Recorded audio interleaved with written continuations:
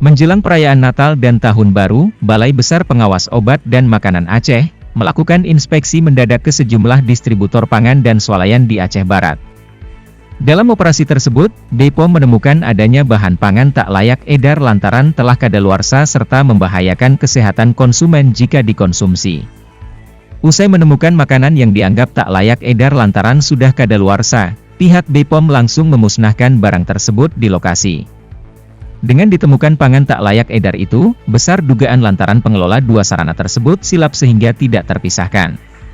Dalam pemeriksaan tersebut ada dua fokus yang diperiksa terhadap makanan dan minuman tersebut, yakni masa berlaku serta izin edar.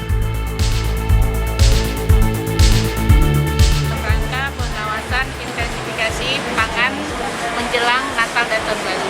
Itu kita lakukan kepada distributor pangan dan juga swalayan-swalayan yang ada di Kota Melambu ini.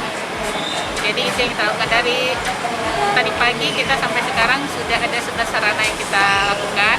Itu dua sarana, terdapat dua sarana yang tidak memiliki ketentuan. Yang pertama di distributor masih terdapat produk TMS expired digabung sama yang tidak expired, yang masih layak jual. Jadi sudah kita pisahkan, termasuk juga di swalayan. Di mana itu, Bu? Itu sudah kita amankan dan salah satu distributor kami nggak bisa sebutkan.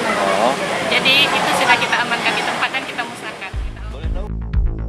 Dari Aceh Barat, Aidil Firmansyah, AJNN, mengabarkan.